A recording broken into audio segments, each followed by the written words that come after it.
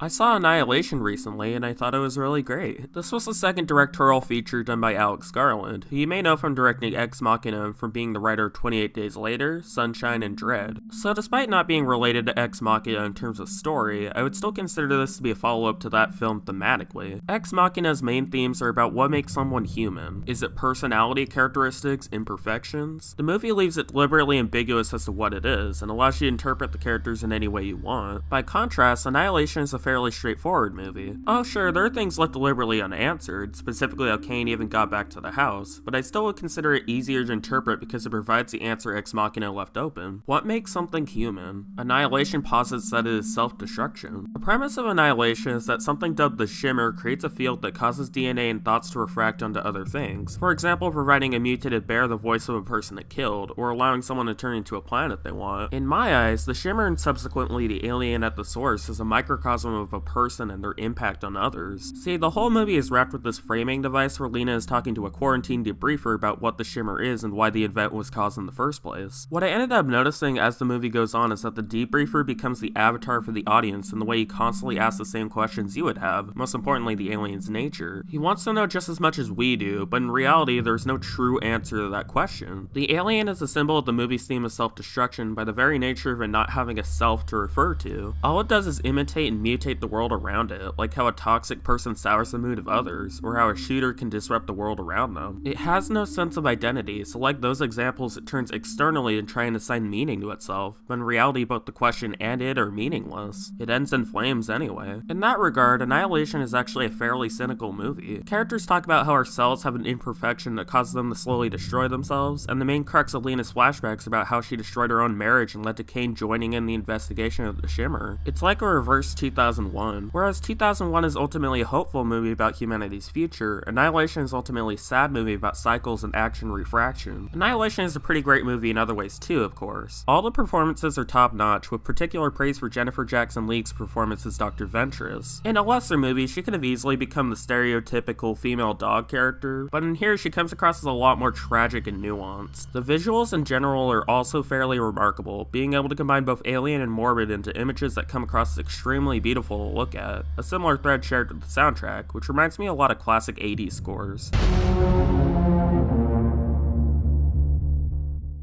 So overall, pretty darn great in my opinion. I look forward to seeing more from this director because he has the potential to become something truly interesting. Anyway, I'll see you guys later.